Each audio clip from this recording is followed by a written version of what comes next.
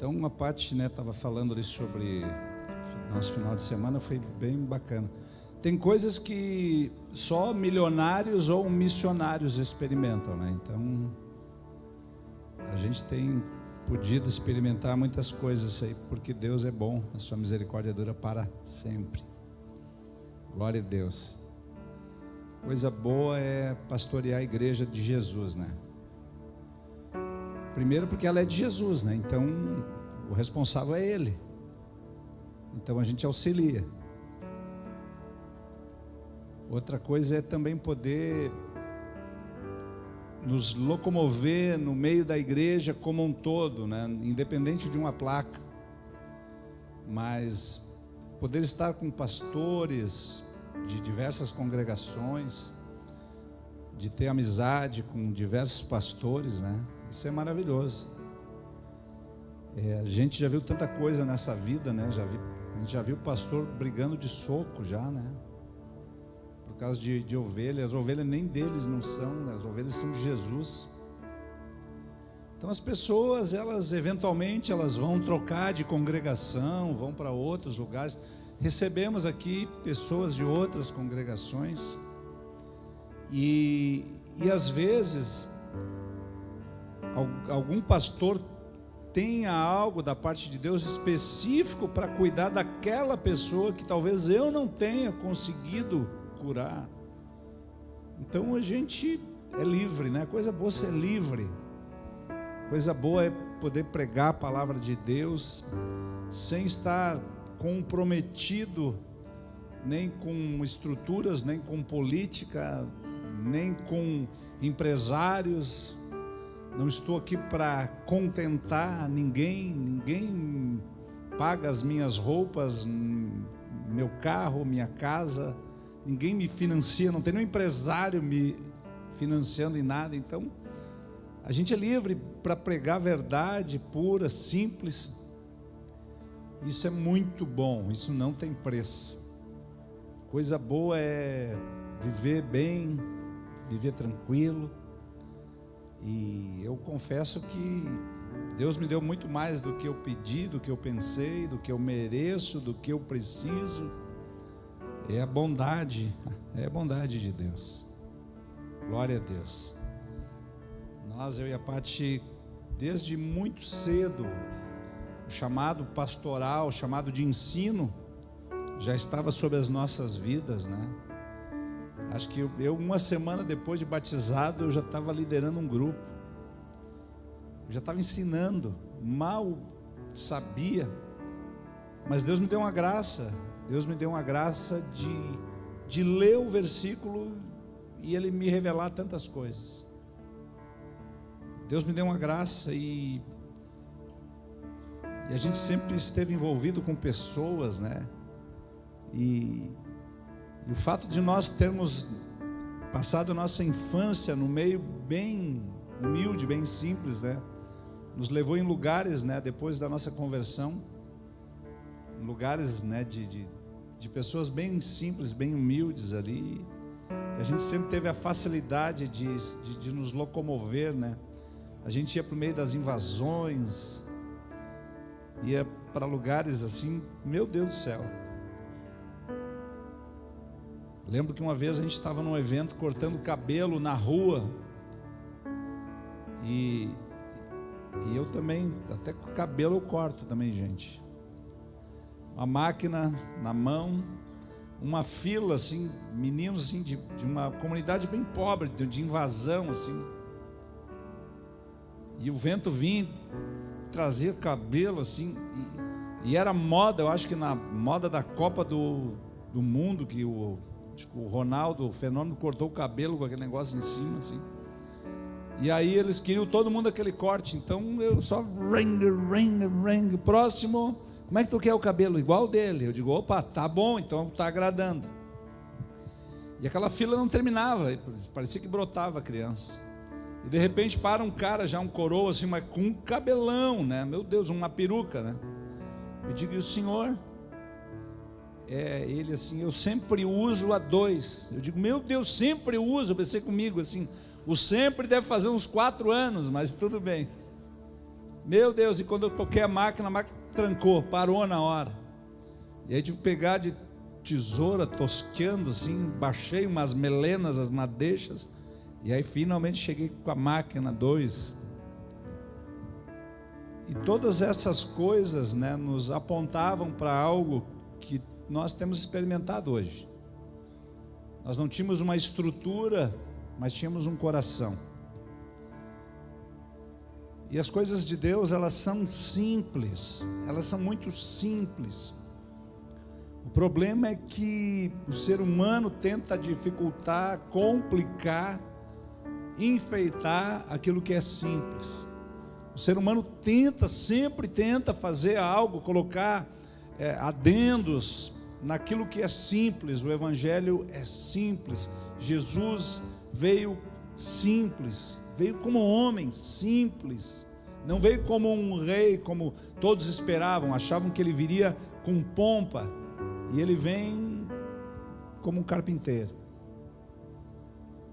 Talvez a expectativa humana, principalmente dos fariseus, é que ele viesse já com um cavalo branco, uma espada, botando tudo abaixo, reunindo um exército, mandando fogo do céu. Mas este não era o propósito de Deus, porque Deus, ele sempre espera que nós demos uma resposta a partir do nosso coração, através realmente da nossa vontade de estar com Ele, pela simplicidade do Evangelho, pelas coisas que Deus fez. E Jesus, ele vem confrontando tudo aquilo que era fora do preceito original de Deus. Quando nós lemos, né, a palavra, vemos muitas vezes Jesus tendo certas atitudes em determinados momentos. A gente diz assim, não, Jesus quebrou a lei porque ele curou no sábado. Não, a lei não dizia que não podia curar no sábado. A lei dizia que você não poderia trabalhar no sábado, caminhar X metros além daquilo, que você não poderia fazer nada além do básico, mas aquilo que era relacionado a salvar uma vida, você podia fazer. E não é diferente hoje. Hoje nós muitas vezes seguimos uma liturgia nos nossos cultos, que às vezes criam mais um véu, aquele véu que foi rasgado em Mateus capítulo 27. Mateus capítulo 27 fala que o véu foi rasgado. E tem momentos que nós precisamos reler sobre a cruz de Cristo. E eu quero ler Mateus 27 com vocês. Por favor, abram suas Bíblias, seus aplicativos, seus pergaminhos.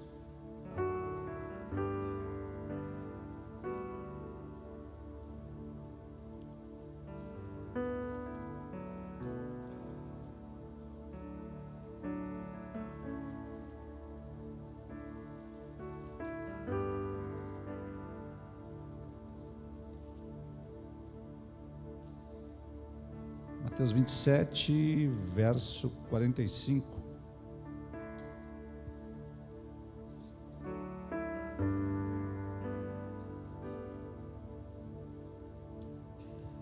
Mateus 27, 45 diz assim: desde a hora sexta até a hora nona, houve trevas sobre toda a terra. Por volta da hora nona, clamou Jesus em alta voz, dizendo: Eli, Eli, lama sabachthani, que quer dizer: Deus meu, por que me desamparastes? E alguns dos que ali estavam ouvindo isso diziam: ele chama por Elias. E logo um deles correu a buscar uma esponja, e tendo embebido em vinagre e colocado na ponta de um caniço, deu-lhe a beber. Os outros, porém, diziam: deixa, vejamos se Elias vem salvá-lo. E Jesus, clamando outra vez com grande voz, entregou o Espírito, e eis que o véu do santuário se rasgou em duas partes, de alto a baixo. Tremeu a terra, fenderam-se as rochas, abriram-se os sepulcros e muitos corpos de santos que dormiam ressuscitaram. E saindo dos sepulcros, depois da ressurreição de Jesus, entraram na cidade santa e apareceram a muitos.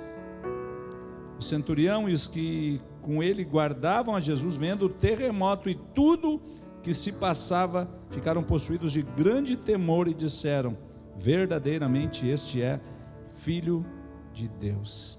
Amém? Feche seus olhos. Pai amado, nós em nome de Jesus te exaltamos, nós te glorificamos, nós declaramos honra, glória, majestade e louvor ao único que é digno, Senhor, ao único que é digno de receber. Sim, Senhor. Recebe, Senhor, a nossa adoração, Pai. Nós nos submetemos à tua vontade, nos submetemos ao teu cuidado, ao teu senhorio, à tua palavra, Pai. Fala conosco, abre os nossos ouvidos espirituais. Senhor, queremos ouvir a tua voz, queremos te obedecer, queremos aprender mais e mais de ti, Senhor. Em nome de Jesus. Amém? Imagine vocês, meio-dia, o sol escurece. Do meio-dia até 3 da tarde. Eles vêm, pegam uma esponja, um caniço. E para quem não sabe, né, para que era usado a esponja, e eram os banheiros romanos, banheiros públicos, né? Então ali ficava, pensa num negócio estranho. A gente visitou em alguns locais, né? Principalmente Cesareias, lugares ainda tem alguma coisa lá de pedra e redondo, e era um negócio constrangedor, mas era da cultura. Então, como eles usavam vestes longas, eu imagino que eles sentavam ali, baixava aquela, tapava tudo, ninguém via nada, ficava ali sentados, corados, disfarçando, né? Era algo só de imaginar. E a pior parte era, né, na hora de limpar, né? Então era com uma esponja, vinagre, porque o vinagre é antisséptico, né? Então a higiene lá não era o forte, né, deles. Então eles pegavam aquela esponja ali, botavam naquele vinagre e faziam um serviço. E talvez, que desagradável, que desnecessário. É realmente desagradável e desnecessário. Mas eles colocaram para Jesus no rosto, para Jesus beber. Isso é uma realidade, isso está escrito. Então, se é desagradável falar, imagine para Jesus. Imagine o Rei do universo se submetendo a isso, por amor de nós, por amor de nós. E aí eu imagino que tudo escuro, terremoto, Jesus entrega seu espírito. Tudo que Jesus fez completava as escrituras, os profetas, os salmos de Davi. Então tudo que Jesus diz na cruz são coisas que Davi havia escrito quando estava em perseguição, quando Davi foi traído, tudo isso. E agora os guardas chegam à conclusão: realmente ele era o Filho de Deus, ele era o Messias. E as sepulturas se abrem, há uma ressurreição de mortos, e nós nos perguntamos: quais mortos ressuscitaram? Não se sabe exatamente quais, mas talvez muitos. Aliás, são muitos. Eles ressuscitam e entram na cidade. De que maneira? Será que eram pessoas que estavam há pouco tempo, há muito tempo? Imagina o terror, a reação das pessoas, reconhecendo: mas cara, tu estava morto. Ou talvez o pai, a mãe, o irmão, o filho de alguém. As pessoas Imagina a reação das pessoas, de surpresa, de medo, de pavor, de desespero. Eu não sei. Mas o fato é que o véu se rasgou de cima a baixo. O véu, ele fazia separação do santo lugar, do átrio. Havia um pátio que era um pátio liberado, ali todo mundo se locomovia. Mas havia um lugar que era restrito apenas ao sumo sacerdote. Não era nem para os sacerdotes, o sumo sacerdote. Havia um véu. E nos dias de Jesus, esse véu, ele não escondia grande coisa, vamos dizer, entre aspas, porque a Arca da Aliança não estava mais ali. No primeiro templo, no templo de Salomão, ou até mesmo no tabernáculo de Moisés, havia a arca, aquela caixa que era feita de madeira, coberta por ouro, com a tampa também coberta por ouro, onde os 2 querubins de ouro, com duas hastes longas de madeira coberta por ouro, argolas de ouro, onde eles carregavam aquilo, sem encostar no principal ali. Apenas sacerdotes consagrados tinham autorização para levar a arca nos ombros de homens consagrados. E dentro ali estava as pedras, as tábuas da lei, cajado de Arão e o maná. Então havia alguma coisa dentro, mas essa arca foi levada. E nos dias de Jesus não havia mais esta arca, apenas um véu. Eu imagino que sim, Deus se manifestava a partir dali, sim, o templo era um lugar de adoração, sim, Jesus ia cultuar ao Pai ali. Então havia ainda uma certa legalidade naquele templo, eles sacrificavam ali, oravam, e pessoas que tinham um coração sincero, obviamente Deus ouvia as orações. O problema era nos religiosos, que se escondiam atrás de um discurso, atrás de roupas, falavam coisas para que as pessoas fizessem, eles mesmos não faziam. Eles iam para as praças, não tinha mídias sociais naquela época, mas eles tinham muitos seguidores, então ali eles faziam orações para que as pessoas ouvissem o quão santo eles eram. Então eles falavam bonito, faziam orações fervorosas, mas que não passava nem meio metro para cima. Eles dificultavam o acesso das pessoas a Deus. Eles dificultavam. Então, com a morte de Cristo, esse véu se rasga de cima a baixo. Mortos ressuscitam, muitos viram, mas ainda assim as pessoas não acreditavam, nem todos. Os religiosos, eles preferiam não acreditar.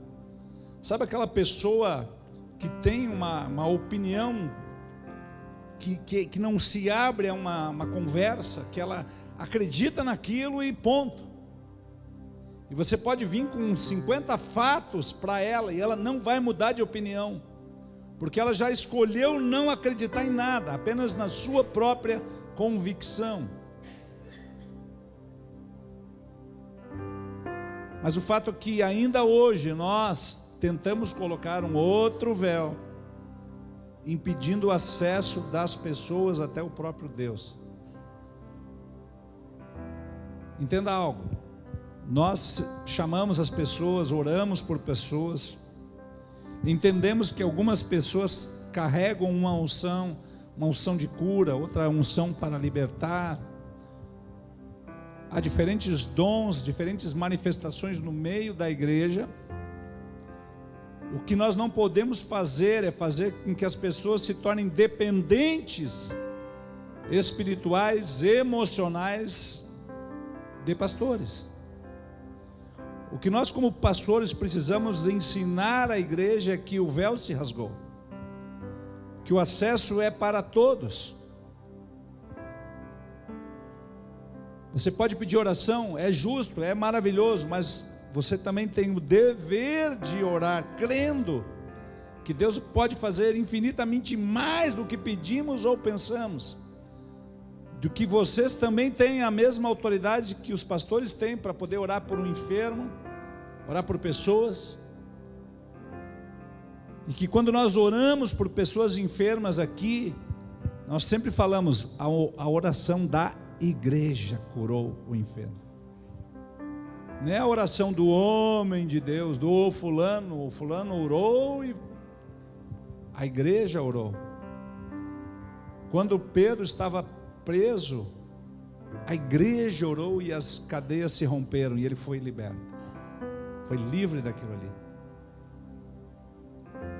Então nós criamos muitas vezes uma liturgia que dificulta, que limita a presença, a glória de Deus, porque muitas vezes as pessoas também se fecham dizendo, eu não sou digno de receber nada, eu não sou pastor, eu não sou bispo, eu não sou arcebispo, eu não sou nada, então isso não é para mim.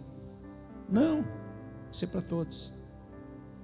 É óbvio que Deus estabeleceu alguns para profetas, sim, alguns para apóstolos, sim, outros pastores, mestres, evangelistas, sim. Dentro do corpo vai ser levantado pessoas com dons diferentes, chamados diferentes, ministérios diferentes, que não são exclusividade de alguns, é de quem busca, de quem realmente se dedica, quem entra no lugar de obediência, lugares de honra. Quando nós honramos as pessoas que carregam algo da parte de Deus, nós recebemos disso, desfrutamos disso. Então nós desde o princípio, eu e a Paty sempre decidimos andar em lugares de obediência, lugares de honra, com nossas lideranças, com os pastores. Nos submetemos às instruções e fomos aprendendo. E hoje nós temos colhido tantas coisas, que homens de Deus que nem estão mais na terra, plantaram, investiram em nossa vida, acreditaram na gente, e hoje nós podemos desfrutar. Deus é maravilhoso. Nós recebemos lá no retiro o nome do retiro era Inseparáveis, né? Como era um retiro de casais, e nós recebemos a foto, né, da nossa família como um quebra-cabeça. E aí eles nos entregaram montado, né, aquele quebra-cabeça, e eu ainda brinquei com a Paty. Aí nessa foto ali estava a nossa família, né? Todo mundo bem arrumado, bonito. Nós, a Paty, os nossos filhos, a nossa neta. E eu olhei para aquela foto e disse para a Paty, viu só que aquela tua ida, aquela tua fugida até o Estúdio 59 rendeu uma família. Começos nem sempre muito corretos, mas quando nós mudamos a nossa rota, quando estamos sem Cristo, estamos em rota de colisão. Quando estamos sem o Senhor, estamos em rota de colisão. Quando estamos mesmo na igreja e entramos no pecado, nos desviamos por algum momento, quando praticamos coisas que desagradam a Deus, entramos em rota de colisão. Isso nos leva para a destruição, para a morte. O universo é algo tão maravilhoso, tão perfeito. Cada planeta, cada astro, cada estrela tem uma sincronia. Toda a movimentação dos astros é plenamente calculável, previsível. As órbitas elípticas, tempo, estações, movimentos, rotação, translação, movimento de todo o universo, ele é tão preciso. Se alterar 1 metro por segundo, um planeta pode colidir. Se nós reduzíssemos a velocidade da Lua ao redor da Terra, ela ia ser atraída pela Terra. Aquilo que nós chamamos de velocidade de escape, né? Aqui tem água, ó. Se eu pego isso aqui e faço assim, a água não cai. Por quê? Porque é uma velocidade que eu apliquei aqui nesse movimento, que faz com que a água fique empurrada para o fundo. Mas há uma velocidade mínima que, se eu fizer devagar, a água vai cair. Por quê? Porque a velocidade é menor do que a velocidade de escape. Assim a Lua ao redor da Terra, assim a Terra ao redor do Sol, assim são os planetas. É uma perfeição, um sincronismo. Nenhuma explosão conseguiria fazer nada desse tipo. E assim é a nossa vida. Cristo reflete a glória de Deus. O marido, a glória de Cristo. A mulher, a glória do marido. Por isso que muitas vezes o casamento tem sido abalado. Por quê? Porque as pessoas não têm cumprido o seu papel. E quando nós não cumprimos o nosso papel, quando entramos em rota de colisão, é questão de tempo. Questão de tempo. Então são dias de simplificarmos aquilo que é simples. A palavra de Deus é simples. As pessoas não têm compreensão das Escrituras. As pessoas erram porque não compreendem. As pessoas erram porque falta conhecimento. Não falta informação, há muita informação, mas conhecimento de Deus há pouco. Hoje há uma facilidade pelas redes sociais. As pessoas comem em 10 mesas, em 20 pratos, se alimentam de tudo quanto é palavra que tem. Eu quero dizer uma coisa para vocês: eu não escuto, não paro para ouvir um minuto, um segundo de pessoas que não estão comprometidas com a noiva. Pessoas que não pagam o aluguel de um prédio, pessoas que não se preocupam com vidas, pessoas que não se preocupam com um órfão, com a viúva, com o necessitado. Eu tenho pavor desses discursos de pessoas que não estão envolvidas com a causa, que criticam, que não produzem um único fruto. E é cheio de gente assim hoje na internet. Falácia. Não estão comprometidas. Que nunca perderam uma noite de sono por ninguém. Que nunca passaram uma hora dentro de um presídio visitando os encarcerados. Nunca passaram uma tarde num hospital. Nunca entraram numa vila. Você tem que baixar o vidro do carro e entrar, conversar com o pessoal na entrada, aquela conversa. Quantas vezes deixava o carro em lugares assim? Quantas vezes entrava em lugares em primeiro e tinha que sair de ré porque não tinha como manobrar? Agora tem muita gente lá no seu estúdio falando teologias inventadas para atrair seguidores,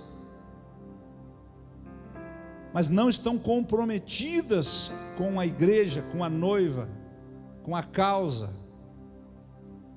Então tem muita gente dando ouvido para essas pessoas. Pessoas que têm sobrenomes bonitos, discursos bonitos, aparência bonita, roupas bonitas, não muito diferente dos fariseus.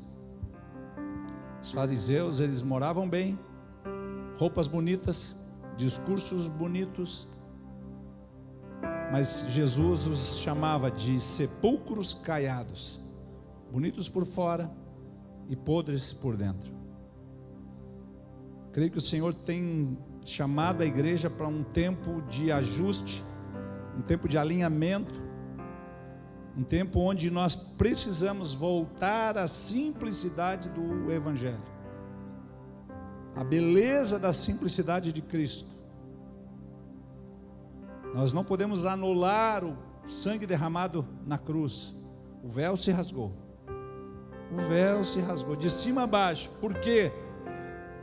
Para ninguém dizer, não, isso aí foi os discípulos correram aqui e cada um puxou numa ponta. Mas é de cima a baixo. E era alto. Abre um acesso, um livre acesso. Hoje nós podemos nos achegar confiadamente na presença do Pai. Por que confiadamente? Porque nos dias do templo, nos dias do sumo sacerdote, eles usavam sinetes ao redor da roupa, e todo mundo escutava sem ver, mas opa, o sacerdote está vivo, Estamos escutando os sinetes, blim, blim, blim. Ó, o homem está vivo. A corda na cintura. Se ele tivesse em pecado, ele era fulminado, morria. E aí o pessoal ia ver, opa, está muito silêncio. Dá uma puxada na corda e puxa de volta. Eu não sei se algum sacerdote tenha morrido dessa forma. Mas o fato é que agora nós entramos confiadamente, independente de classe social, independente do que quer que seja, nós entramos na presença do grande eu sou. Confiadamente nós não seremos fulminados. Ah, mas eu estou em pecado. Mas ele te recebe igual. Ah, mas eu não estou bem. Não, ele recebe igual. A questão é, nos aproximamos talvez em pecado, mas precisamos nos arrepender desses pecados e sermos purificados. O sangue de Cristo, ele perdoa, ele lava multidão de pecados. Só que tem pessoas que vão passar a eternidade no lago de fogo e enxofre, não pelos seus pecados necessariamente, mas por se negarem a buscar perdão e arrependimento. Porque todos pecam. Se fosse por pecado, ninguém seria salvo. A questão é achar lugar de arrependimento em Deus. E nós não precisamos mais de estruturas específicas para nos achegar ao Senhor. Um prédio como esse, ele é necessário, ele nos traz conforto, nos traz acústica, reúne o melhor número de pessoas em tempos difíceis de chuva, do que quer que seja. Isso é maravilhoso, é bom. A gente acaba consagrando um local físico como um templo, mas o que faz deste lugar um templo não é a estrutura, não é a parede preta, não é a cruz, mas são as pessoas. Nós somos a igreja de Cristo, que se reúne aqui na Bernardino 880, nesse bairro especificamente. E também há várias outras congregações, mas a igreja é uma, o endereço muda. Mas o acesso a Deus, ele é para todos. Todos. Então, diante de acontecimentos dessa natureza, muitas vezes não nos damos conta que Deus quer que todos nós desfrutemos da sua presença. Precisamos, devemos congregar, é mandamento, sim, não deixamos de congregar como muitos. Tem muita gente que não se compromete com a noiva, dizendo, não precisa congregar. Esse é o discurso da serpente. Não é verdade. A serpente sempre relativiza a verdade de Deus, meias verdades. Meias verdades são mentiras. Você pode falar 99,9 de verdades, mas se tem uma mentira ali, é mentira. Amém? Aleluia. Vocês estão aí ainda? Glória a Deus. Eu quero que você abra comigo em João, Evangelho de João. Na verdade o Evangelho é de Jesus, né? Mas João é o nome do livro. Capítulo 2.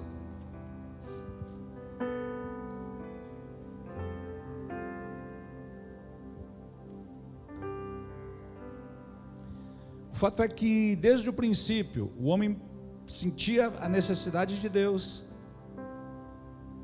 mas sempre criando um Deus segundo a imagem e semelhança humana,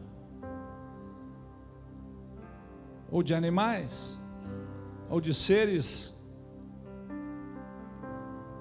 estelares, planetários. Então sempre houve uma necessidade de adorar algo, adorar uma coisa. Então era mais fácil adorar o sol. Por quê? Porque adorando o sol, eu não teria nenhum tipo de instrução. Por quê? Porque o sol é uma estrela, Então eles estabeleciam ali normas que beneficiassem algumas pessoas, e é assim, ponto, vão obedecer, quem não obedecer vai morrer.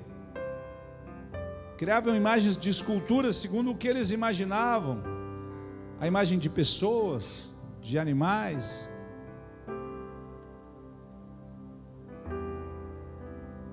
E nos nossos dias, muitas vezes adoramos pessoas, adoramos músicas, louvores.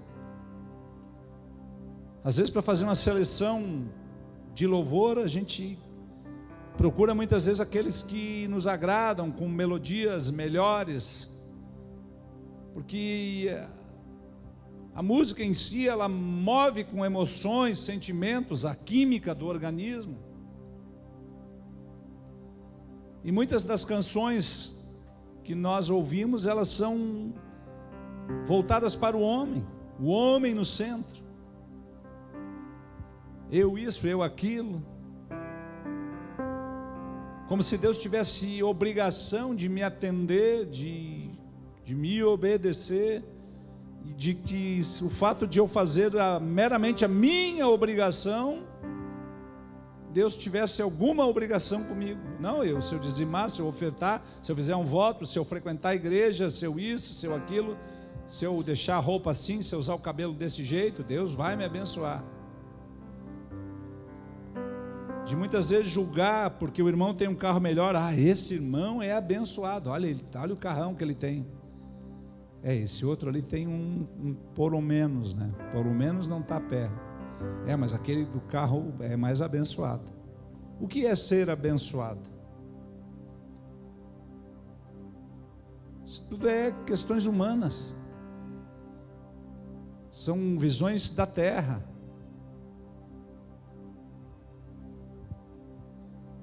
Ser abençoado significa que você é grato a Deus com aquilo que você tem, que você entende que o que você tem é aquilo que o Senhor tem a medida para ti. Quando nós entregamos a vida para o Senhor, quando nós submetemos a Ele, quando nós recebemos o Senhor como o nosso Senhor e Salvador, nós não podemos separar, não, Ele é meu Salvador, não, Ele é Senhor e Salvador. Essas duas coisas têm que caminhar junto, porque a nossa salvação, ela também pode ser diretamente proporcional àquilo que eu tenho. Talvez se nós recebermos muito de Deus, nós nos afastemos. Nós temos visto muitas vezes pastores abandonando família, porque estão muito bem financeiramente, estão muito bem nas mídias, estão tendo sucesso. Empresários estando muito bem financeiramente, abandonando suas casas. E você não vê pessoas que estão às vezes na luta se desviando. Às vezes pessoas vêm aqui, pastor, nós vamos pedir a benção para sair. É porque a gente ama vocês. Eu disse, amém, que bom, é mandamento, né? A Bíblia diz que eu tenho que amar o próximo. Então, amar o próximo é mandamento. Não é mérito, é mandamento. Quem é meu próximo? Próximo, todo mundo é próximo. Mas é que é muito longe, daí a gente gasta muita gasolina. Amém? Tranquilo. Onde é que vai? Não sei, estou vendo aí e tal. E às vezes a pessoa estava desempregada, estava numa luta, e não perdia culto, dava um jeito e vinha, orava, jejuava. Você ia conversar com a pessoa, era só glória a Deus, aleluia. E aí a pessoa melhora, tem um emprego melhor, salário melhor, carro melhor, e agora está difícil. Está difícil. Então vai ter pessoas que Deus, por amor do seu nome, Ele vai segurar. Diz, não, esse aí, o nível de prosperidade dele é até a página 2. Se eu passar para a página 3, ele se perde. Então talvez a gente vai andar num nível mais. Eu até brinquei lá com o pastor local, da Brasa Esteio, ele um homem querido, bem tranquilo. E ele tocando ali, né, humildemente ali, junto com o pessoal do louvor, né, a gente olhava assim, quem é o pastor? Ele estava lá tocando violão, solando lá no cantinho, né? E eu ainda comentei com a parte, tu vê, né, o pastor toca direitinho, canta tudo.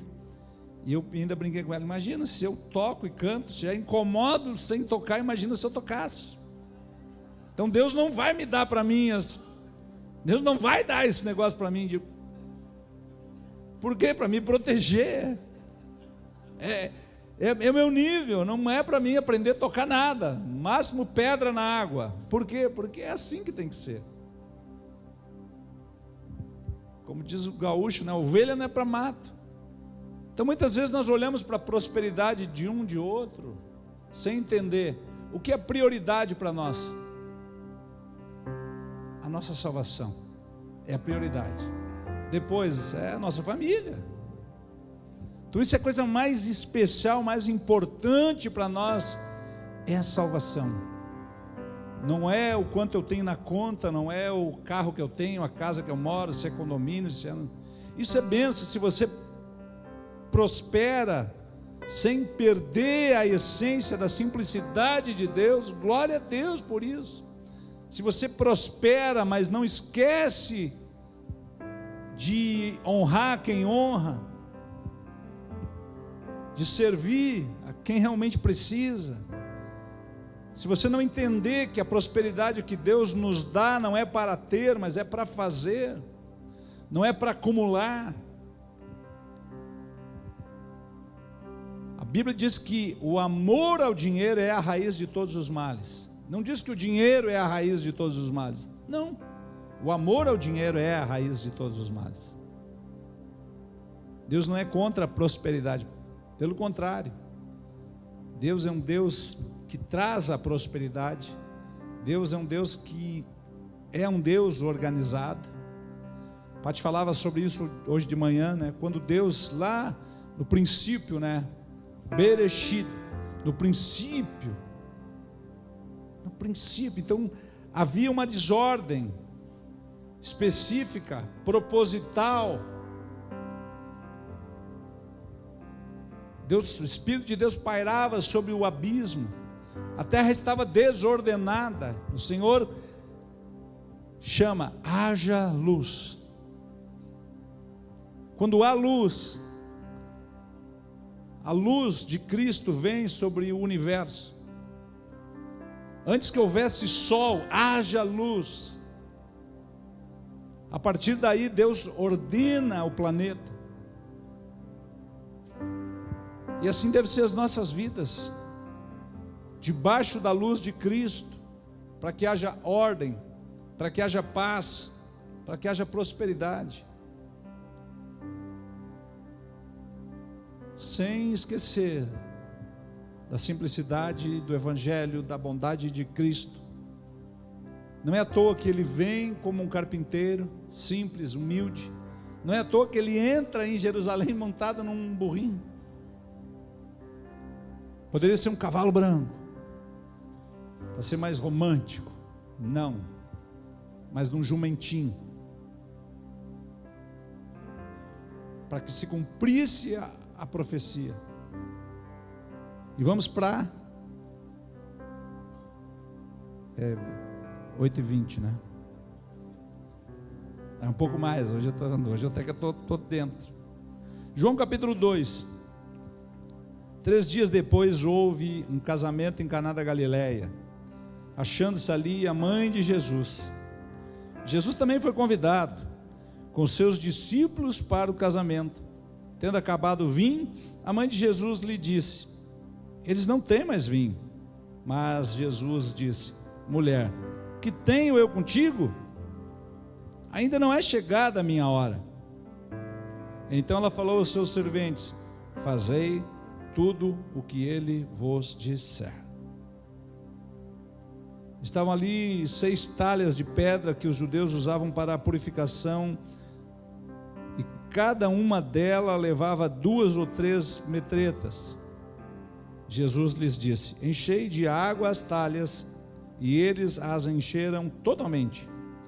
Então lhes determinou: tirai agora e levai ao mestre-sala. Eles o fizeram. Tendo o mestre-sala provado a água transformada em vinho, não sabendo de onde viera, se bem que o sabiam os serventes que haviam tirado a água, chamou o noivo e lhe disse: todos costumam pôr primeiro o bom vinho, e quando já beberam fartamente servem o inferior. Tu, porém, guardaste o bom vinho até agora. Com este deu Jesus princípio aos seus sinais em Caná da Galileia, e manifestou a sua glória, e os seus discípulos creram nele. Começa Jesus, seu primeiro milagre, já começa com vários ensinos aqui, mas um deles, nós estamos falando sobre véu, sobre simplicidade, sobre religião, sobre palavra, sobre acesso a Deus. Jesus começa num ambiente profético, casamento. Ele é o noivo. E nesta festa acaba aquilo que representa a alegria no Espírito Santo, aquilo que apresenta o desfrutar da igreja, da noiva, a alegria do povo de Deus. E ele manda com que encham essas 6 grandes talhas, de pedra. Põe água aí. E ele transforma em vinho. Essas talhas eram usadas para rituais de purificação. De quem? Dos religiosos, dos fariseus. Moisés nunca mandou ninguém usar essas talhas de pedra com água. Você não vai achar na lei de Moisés. Muitas coisas foram inventadas, criadas para enfeitar, para dar uma aparência mais.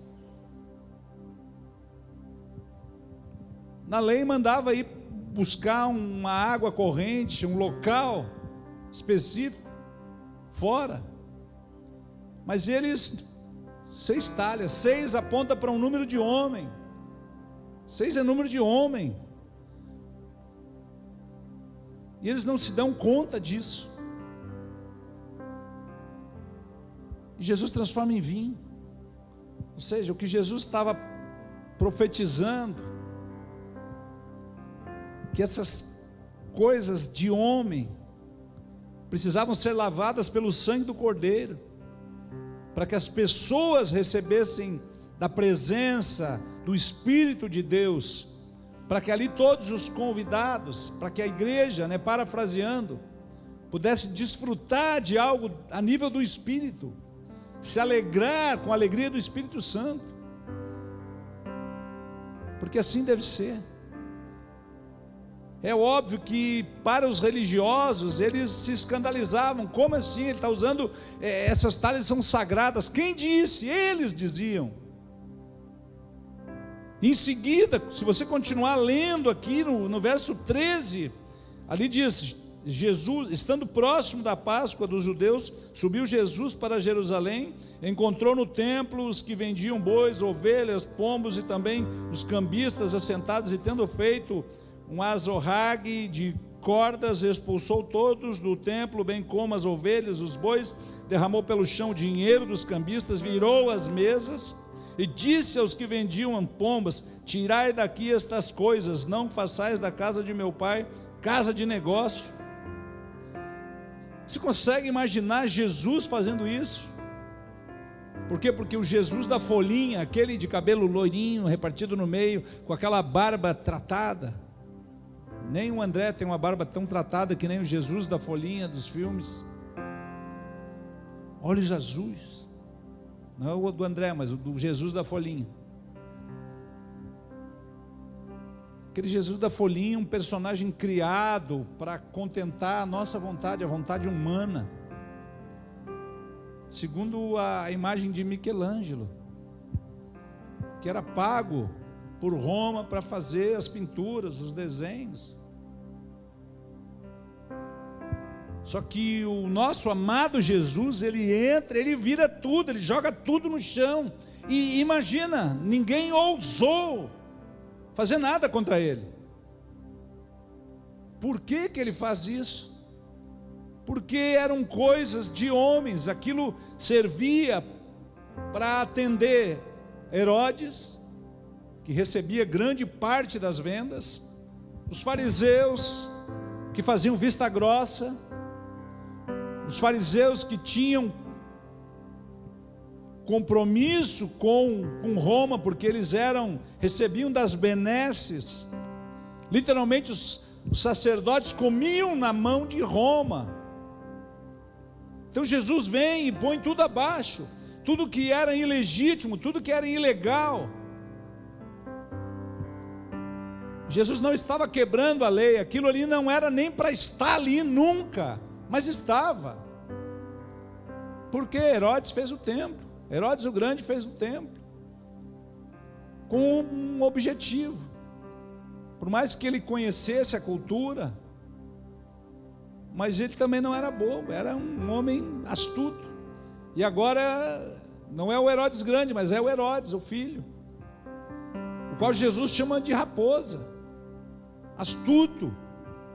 E Jesus põe tudo abaixo, estruturas humanas, que fala de conchavos políticos, conchavos religiosos, para trazer benefício para poucos. Então todo mundo ficava bem, mesmo sabendo que estava errado. E Jesus vem e vira tudo, põe tudo abaixo.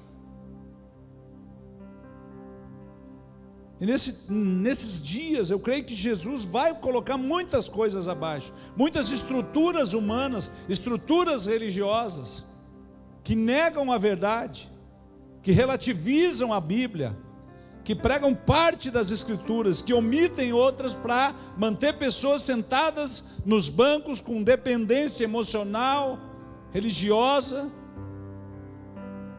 tornando pessoas dependentes de homens. Nós lemos ali no início, o que habita no esconderijo do Onipotente, aquele que habita debaixo da sombra do Senhor, essa pessoa que está debaixo da proteção de Deus, ela não vai temer mal algum. Então o que Jesus faz é justamente atacando um sistema de engano, de mentira. Por que vocês acham que no ano 70 o templo foi destruído? A gente acha assim, foi crueldade de Roma. Não. É Deus parando um sistema que já havia perdido a validade. Nos dias de João Batista, a verdadeira palavra estava sendo pregada do lado de fora. Eu imagino que talvez a última grande manifestação de Deus no templo foi justamente com o pai de João Batista. O pai de João Batista estava ali servindo no templo, e de repente ele é tomado pelo Espírito Santo de Deus. Ele recebe a profecia de que ele geraria um filho. Ele já estava numa certa idade, mas a certa idade dele, de Zacarias ali, não era mais do que 50 anos, porque o sacerdote se aposentava depois de 50. Mas vamos dizer que ele já tivesse 49, e a esposa dele tivesse a mesma idade. Se nunca tiveram filho até ali, não ia ser agora que iam ter, mas Deus fala para ele: você vai gerar um filho, você vai chamar ele de João. E ele meio que tentou argumentar, e o anjo deixou, disse: vai ficar mudo até apresentar ele. Talvez tenha sido a última manifestação de Deus naquele templo, foi essa. E aí quando João começa o ministério, começa do lado de fora, e a Bíblia diz que vinham gente de toda a Judéia, gente de todos os lugares, para ouvir a pregação dele. Por quê? Porque ele tinha legalidade. João tinha legalidade. Está em Lucas.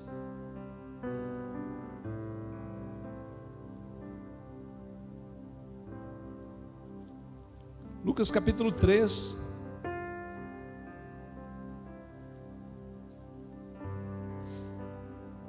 Diz assim: no 15º ano do reinado de Tibério César, sendo Pôncio Pilatos governador da Judéia, Herodes tetrarca da Galileia, seu irmão Filipe tetrarca da região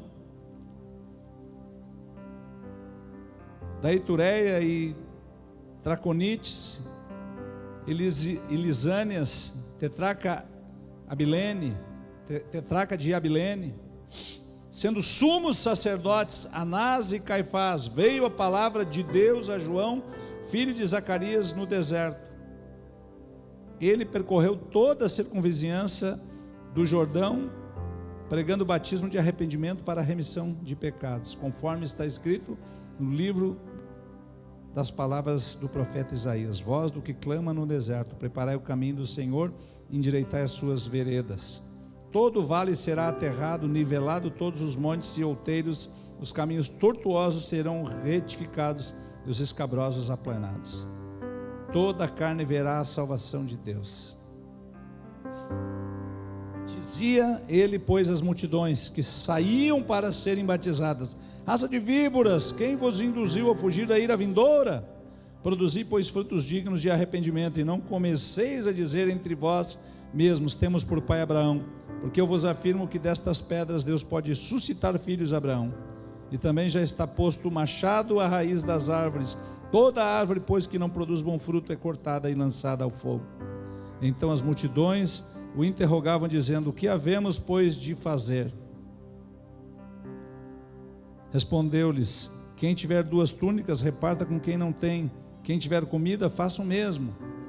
Foram também os publicanos para serem batizados, e perguntavam-lhe: mestre, o que havemos de fazer? Respondeu-lhes: não cobreis mais do que o estipulado. Também os soldados lhe perguntaram: e nós, o que fazemos? E ele lhes disse: a ninguém maltrateis, e não deis denúncia falsa, e contentai-vos com o vosso soldo.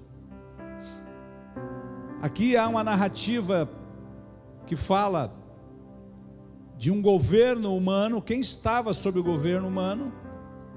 Quem era rei, quem era governo local, quem era, vamos dizer, o prefeito, quem era o imperador, quem eram os sacerdotes, os sumos. Já começa que tinha 2 sumos sacerdotes. Já não havia legalidade mais nesse tempo. Então a legalidade estava com João do lado de fora do templo, ou seja, uma estrutura estava corrompida, e agora Deus fala do lado de fora dessa estrutura. A legalidade estava com João, o Batista. João era filho de sacerdote, a mãe dele era descendente direta de Arão, que foi o primeiro sumo sacerdote estabelecido por Deus, da lei mosaica. Então ele tinha legalidade pela parte de genealogia, pela parte de Deus, e estava do lado de fora. E muitas pessoas vinham. Havia uma unção sobre a vida dele, e ele estava preparando as pessoas para o começo do ministério de Jesus, de uma maneira simples. E o mesmo Espírito da parte de Deus que está sobre João, Malaquias, ele já anuncia 2 momentos. Malaquias profetiza no capítulo 4, a gente pode voltar um pouquinho, umas páginas da Bíblia. Malaquias profetiza no capítulo 4 sobre a vinda de João Batista, mas também profetiza sobre os nossos dias. O quarto capítulo, o último capítulo do Antigo Testamento, ele é muito prático. Verso 1 diz: pois eis que vem o dia, e arde como fornalha. Todos os soberbos, todos os que cometem perversidade serão como restolho. O dia que vem os abrasará, diz o Senhor dos Exércitos, de sorte que não lhes deixará nem raiz nem ramo. Isso fala de um juízo. sobre os pecadores, um juízo. Isso ainda não aconteceu. Mas para vós outros que temeis o meu nome, nascerá o sol da justiça, trazendo salvação nas suas asas. Saireis e saltareis como bezerros soltos na estrebaria. Isso fala da vinda de Jesus. A palavra salvação aqui tem a ver com a palavra Yeshua. Agora verso 3: pisareis os perversos, porque se farão cinzas debaixo das plantas de vossos pés, naquele dia que prepararei, diz o Senhor dos Exércitos. Isso ainda não aconteceu. Isso fala do juízo. Isso fala de nós, os salvos. Nós vamos pisar em cima da cinza que sobrar deles. Verso 4: lembrai-vos da lei de Moisés meu servo, a qual lhe prescrevi em Horebe, para todo Israel, a saber, estatutos e juízos. Eis que eu vos enviarei o profeta Elias, antes que venha o grande e terrível dia do Senhor. Então, João vem debaixo da unção de Elias, mas não é aqui no verso 5. Aqui está falando do nosso tempo. Antes que venha o grande e terrível dia do Senhor. Ainda não veio o grande e terrível dia do Senhor. Então a profecia aqui ela tem vários momentos. Ela fala do Messias vindo a primeira vez, fala de uma unção, fala do profeta Elias. É óbvio que não é a reencarnação de Elias. Isso fala de uma unção, de uma manifestação da parte de Deus, antes que venha o grande e terrível dia. Então, da mesma forma que nos dias da vinda de Cristo, a primeira vinda, havia uma unção sobre João, que fazia com que as pessoas abrissem os olhos, se convertessem, estivessem preparadas, fossem batizadas com água para o arrependimento. Agora vivemos nós dias que Deus estará levantando homens e mulheres debaixo desta unção para anunciar às pessoas: Jesus está voltando. Jesus está voltando. Ele converterá o coração dos pais aos filhos e o coração dos filhos a seus pais, para que eu não venha e fira a terra com maldição. Nós falamos muito sobre esse texto, a Paty falou, eu falei, que são dias de restauração nas casas, nas famílias. Falamos semana passada também sobre o rei Ezequias. Põe em ordem a tua casa. Dias que nós, na igreja, precisamos pôr em ordem as nossas casas, arrumar as nossas casas. A Paty falou muito sobre essa questão, falou sobre muito questão de honra dentro das casas, com relação aos pais, porque começa aqui, falando em converter o coração dos pais aos filhos. Primeiro, pai fala de maturidade, fala de entendimento. Quem tem entendimento se submete. Quem tem entendimento vai, entre aspas, se humilhar diante das situações, vai buscar perdão dos seus pais, muitas vezes dos seus filhos. Muitas vezes na família, pai e filho não se dão, filho não se dá com pai, vice-versa, mãe com sogra, sogra com filha, e aquela coisa toda, nora. São dias de reconciliação, são dias de aproximação. Por quê? Porque Jesus está voltando, e essa unção de Elias converterá o coração dos pais aos filhos, e o coração dos filhos aos seus pais, para que eu não venha e fira a terra com maldição. Então são dias que nós precisamos voltar à essência. Voltar à essência. A religião não tem que ser segundo o nosso padrão.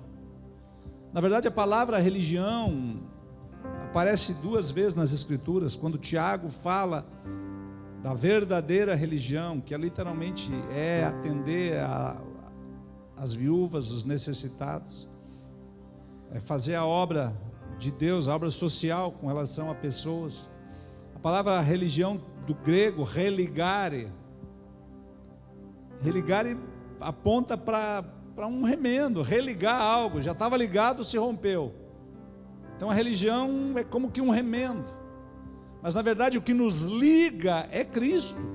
Então nós não precisamos ser religados, nós precisamos estar ligados, sem religação, simplesmente direto, conectados a Cristo. Ele rasgou o véu e abre um novo e vivo caminho para que nós cheguemos confiadamente. Nós não vamos ter medo de ser fulminado, é um acesso livre.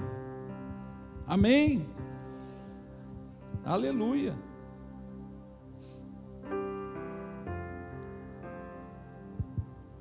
Efésios capítulo 1, não precisa abrir para a gente ganhar tempo. Diz: Paulo, apóstolo de Cristo Jesus, por vontade de Deus, aos santos que vivem em Éfeso, fiéis em Cristo Jesus, graças a vós outros e paz da parte de Deus, nosso Pai, e do Senhor Jesus Cristo. As bênçãos de Deus em Cristo, autor de nossa redenção. Bendito o Deus e Pai de nosso Senhor Jesus Cristo, que nos tem abençoado com toda sorte de bênção espiritual nas regiões celestiais em Cristo. Então nós somos o que? Abençoados.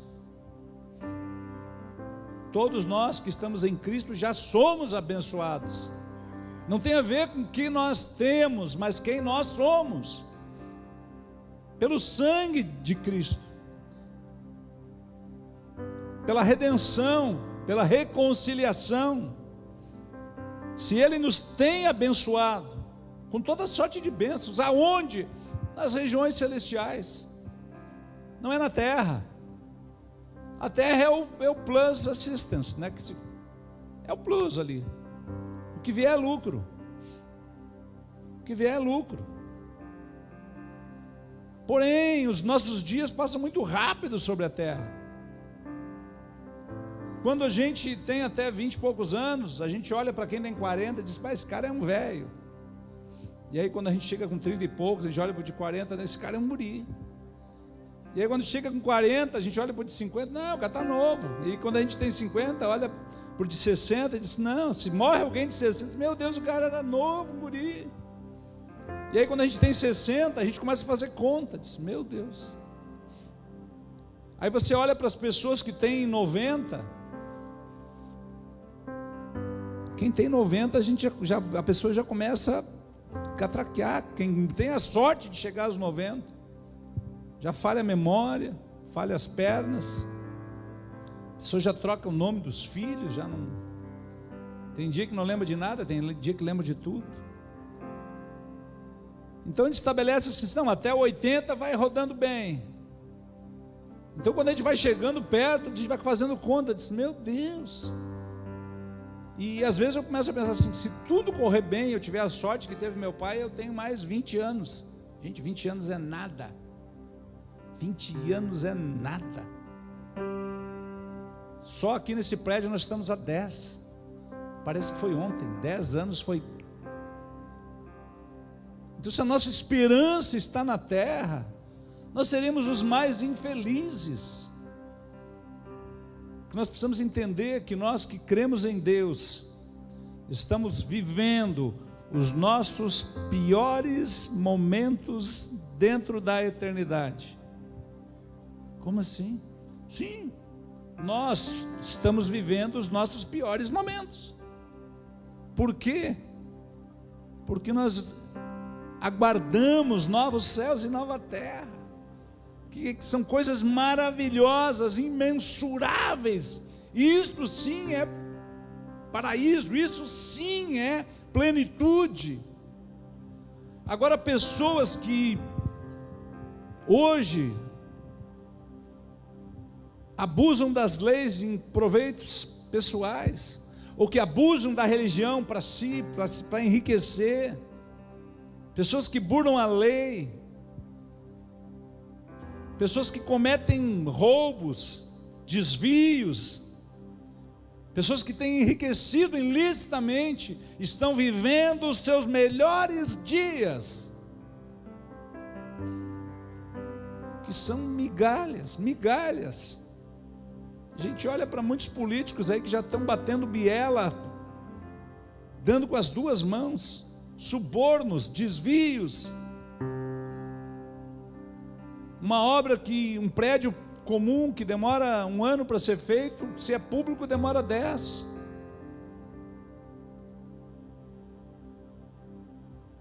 E nós andamos com muitas pessoas, e muitas vezes pessoas que dizem, não, eu estava envolvido em tal situação, era secretário de tal local, mas eu tive que sair. Familiares que trabalharam, né, com asfaltos de rodovias, dizem, não, a espessura é tantos centímetros, é 8, é 10, é tanto. Mas aí as empreiteiras fazem com 3 centímetros, e aí a pessoa vai lá, assina, fulano ganha tanto, o outro ganha tanto, aí a rodovia, menos de 1 ano, está cheia de buraco. Não é normal? Claro que não.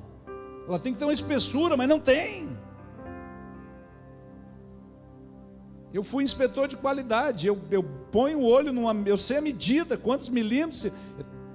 Você olha para aquilo ali, com aquele buraco, diz, meu Deus, aqui não tem nem 3 centímetros, tem 2, e o padrão é de 8 para cima. Então quem ganhou o valor de tudo aquilo? Alguém ganhou.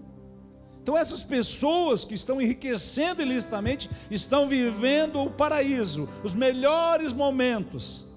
Por quê?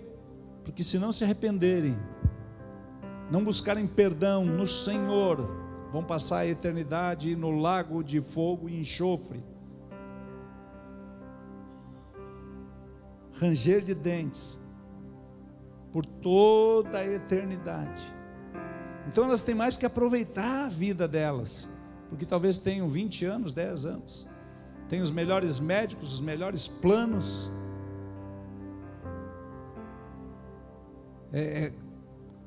gente milionária tá ruim, se é da direita é Einstein, se é da esquerda é o israelita lá, não, israelita não, o outro que é o árabe, vamos dizer assim. Então é um hospital judeu e um hospital árabe, direita e esquerda, nada é por acaso. Lembrando que Jesus, ele é judeu. Eu imagino que ele é narigudo e orelhudo que nem judeu, que ele é judeu. Então nós somos abençoados, milionários. Nem dá para dizer milionário, porque as ruas que nós vamos andar, elas não vão ser de asfalto de 3 centímetros com buracos, elas serão de ouro. O que hoje aqui a gente luta para comprar uma aliança, né? O ouro 18 quilates, 5 que morde. A gente vai andar por cima do ouro. Coisas que nem olhos viram, nem ouvidos ouviram.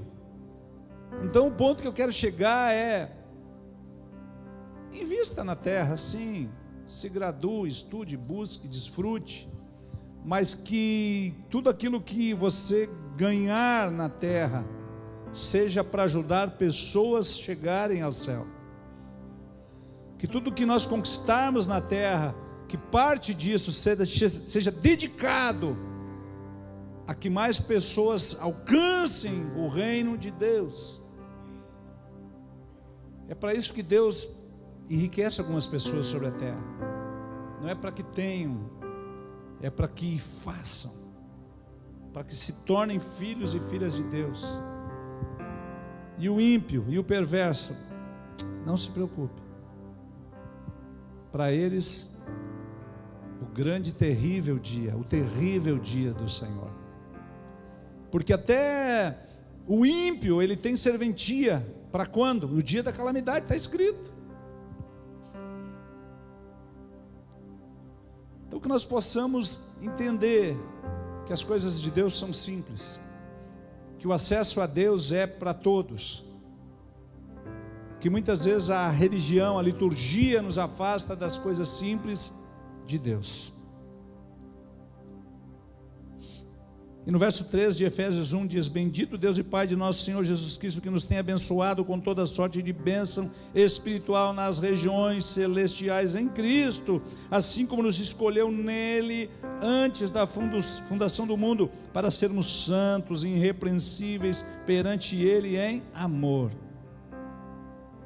nos predestinou para Ele, para a adoção de filhos por meio de Jesus Cristo, segundo o beneplácito de sua vontade, para o louvor de sua glória, de sua graça, que Ele nos concedeu gratuitamente no amado, na qual temos redenção pelo seu sangue, remissão dos pecados, segundo a riqueza da sua graça, que nos derramou abundantemente sobre nós em toda sabedoria, prudência, desvendando-nos o mistério da sua vontade, segundo o seu beneplácito, que propusera em Cristo. Essa aqui é a nossa identidade, isso aqui aponta quem nós somos, de onde nós viemos e para onde nós vamos.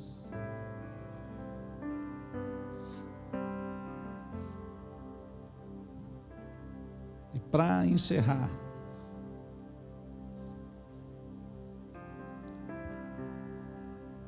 papel do homem, papel da mulher, papel de Jesus, papel da igreja. Jesus, ele confirma a sua presença conosco em Mateus 28:20, quando ele diz que eis que estarei convosco todos os dias até a consumação dos séculos. Ele está conosco. O noivo está conosco todos os dias. Jesus proveu que a igreja necessita, Lucas 2:32. Jesus, ele perdoa a igreja, ele perdoa a noiva, Lucas 23:34. Jesus cura, Marcos 1:29-34. Assim como o papel de Cristo, ele tem que ser imitado por nós, maridos, nós pais.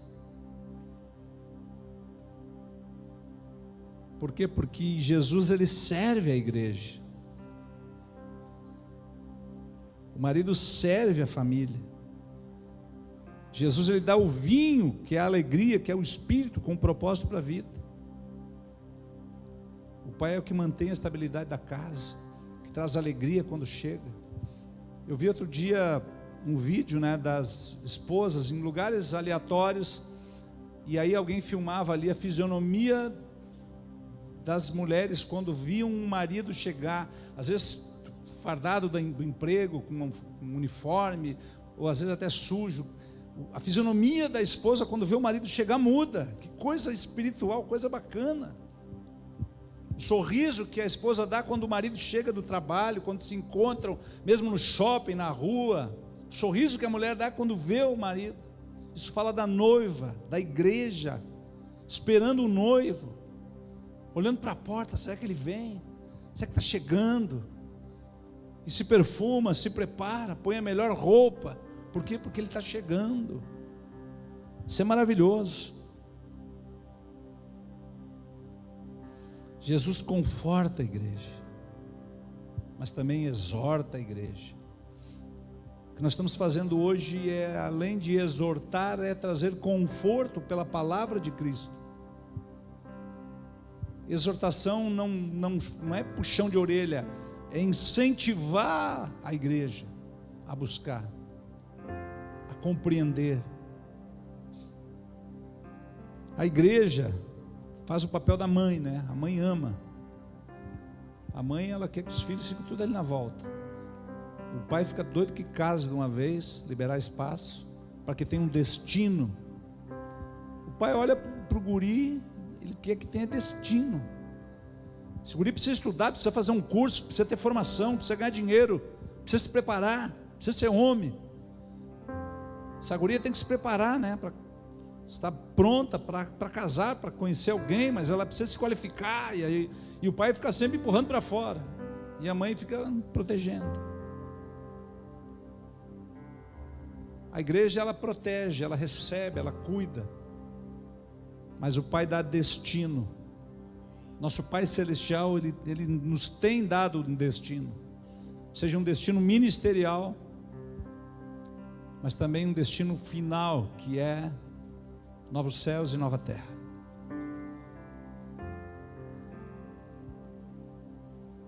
A igreja, ela honra, ela estima, ela respeita, reverencia. A igreja cura em nome de Jesus. A igreja intercede em nome de Jesus, exorta pelo seu exemplo. respeita a autoridade dada por Deus. A igreja ministra e a igreja alimenta, a igreja nutre o corpo. A esposa é auxiliadora, o marido é a liderança. A esposa, ela apoia, ela entra na missão, e o marido provê, a esposa administra. Assim como nós, a igreja precisa administrar recursos, administrar o tempo, ajudar as pessoas a administrarem suas vidas. Quantas pessoas nós temos aconselhado, buscado ajuda? E como é bom ver a prosperidade das pessoas na igreja, na congregação. Como é bom ver quando as pessoas abandonam o pecado e mudam de vida. A alegria de um pastor é ver o sucesso das pessoas, porque o papel de um pastor é um papel de pai, não trazendo para si, mas apontando para Deus e se alegrando como um pai se alegra. A alegria de um pai é que o filho tenha um carro melhor que ele. A única pessoa no planeta que vai se alegrar quando alguém esteja com um carro melhor é o pai. Você talvez compre um carro bom, você mostra para o seu primo, que bonito, mas não consegue disfarçar. Agora, se você mostra para o seu pai, ele diz: uau, vamos andar uma volta, vamos ver se é bom mesmo. O pai se alegra.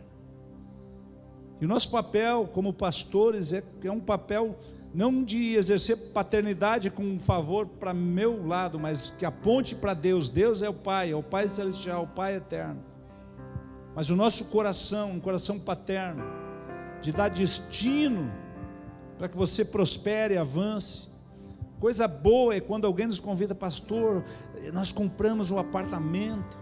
Gente, você acompanhou a vida da pessoa, estava com o nome sujo, estava devendo, e você aconselhou, disse: cara, faz assim, negocia, parcela, dá um jeito, vende o teu carro, faz isso, faz aquilo. E a pessoa: é mesmo, pastor? Não, vai que eu garanto, vai dar certo. E a pessoa vai lá e faz, obedece, como um pai aconselha um filho.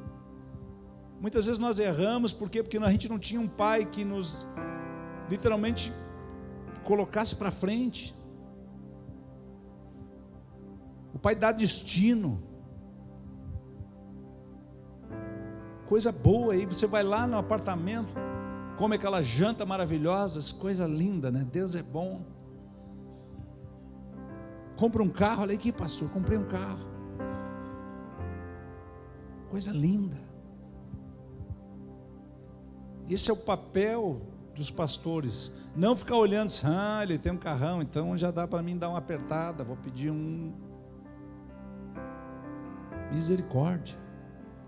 Misericórdia. O véu se rasgou.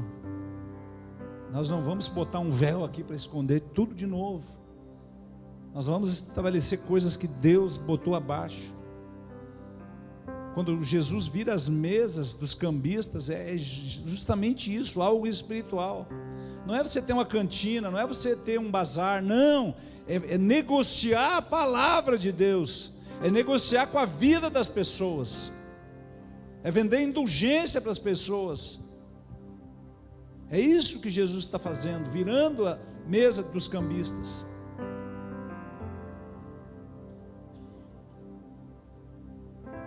Que nós possamos entrar naquilo que é a vontade principal, a vontade perfeita de Deus, de nos engajarmos com aquilo que o Senhor tem para cada um de nós. Que nós possamos realmente viver um tempo no Senhor de busca, de aprendizado, de simplicidade, de entrega, para que a gente desfrute do melhor dessa terra.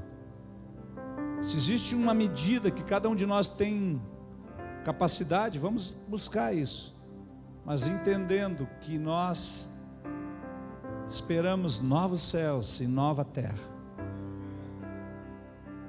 Esse é o nosso objetivo, que a gente possa viver esse rápido período que nós temos, seja 50 anos, eu tenho 50 anos de vida, eu tenho mais 20, ninguém sabe se é um, se é dois, se é um dia, ninguém sabe. É Deus que pertence ao nosso futuro. E a eternidade é para aqueles que creem em Cristo, aqueles que recebem Cristo como Senhor e Salvador. A eternidade, o melhor, inimaginável. Amém? Glória a Deus. Vamos adorar, vamos orar. Daqui a pouco alguém traz aquele papel com as orações, com os pedidos. Fique de pé, em nome de Jesus.